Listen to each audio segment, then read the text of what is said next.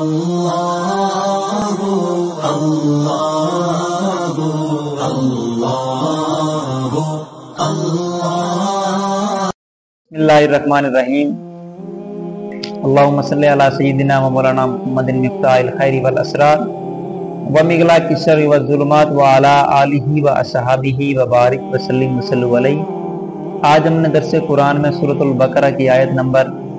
79 سے پڑھنا ہے۔ اس آیت نمبر 79 کے اندر اللہ سبحانہ و تعالی ارشاد فرماتا ہے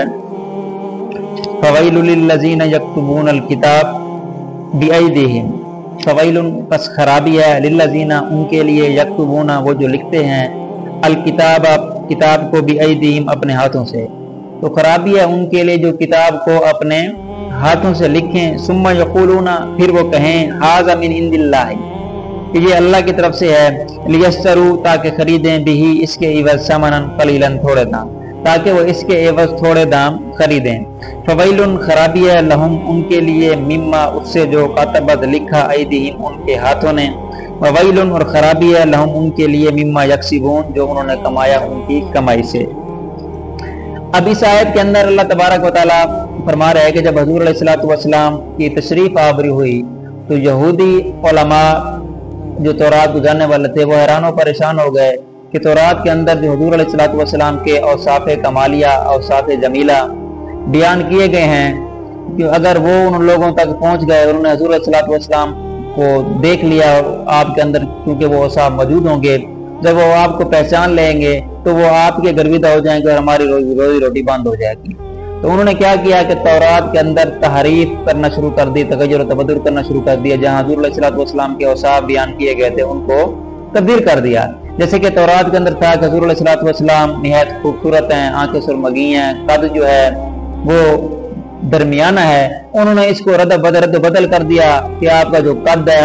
وہ لمبا ہے، آنکھیں جو ہیں وہ نیلی ہیں، بال جو ہیں وہ آپ کے الجھے ہوئے ہیں، یعنی جو اوصاف جمیلہ تورات کے اندر ذکر کیے گئے تھے انہوں نے اس کو بدل کر کے اس کے مخالف ڈال دیے تاکہ وہ آپ علیہ السلام کو پہچان نہ سکیں۔ جب وہ پہچان نہیں سکیں گے تو وہ لوگ ہمارے گرویدہ رہیں گے، تو اس طرح ہماری روزی روٹی جو ہے وہ بنی رہے گی۔ تو اس لیے اللہ تبارک و تعالیٰ نے شاید کے آخر میں فرمایا کہ خرابی ہے ان کے لیے جو ان کے ہاتھوں نے لکھا، یعنی انہوں نے اپنے ہاتھوں سے اس کے اندر تحریف کیا،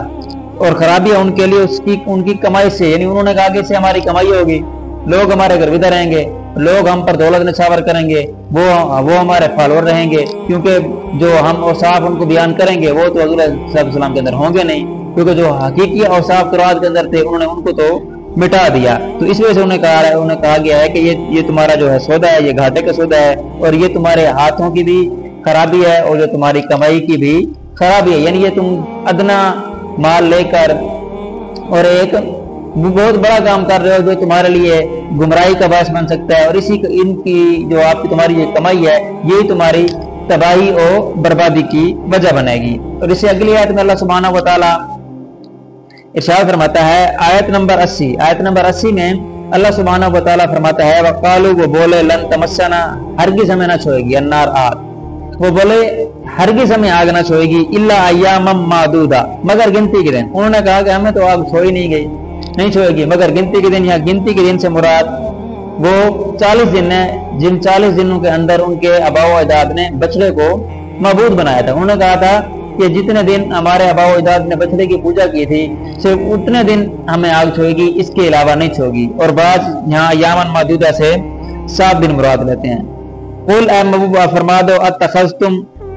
کیا تم نے لے رکھا ہے عند اللہ اللہ کے ہاں اللہ سے عہدن کوئی وعدہ، اے محبوب آپ ان سے فرما دو کہ کیا تم نے اللہ سے کوئی عہد لے رکھا ہے۔ اتخذتم کے اندر جو حمزہ ہے وہ استفہام کا ہے، کیا تم نے اللہ سے کوئی وعدہ لے رکھا ہے، فلن یخلف اللہ عہدہ ہرگز اللہ تعالیٰ اپنا وعدہ کے خلاف نہیں کرے گا،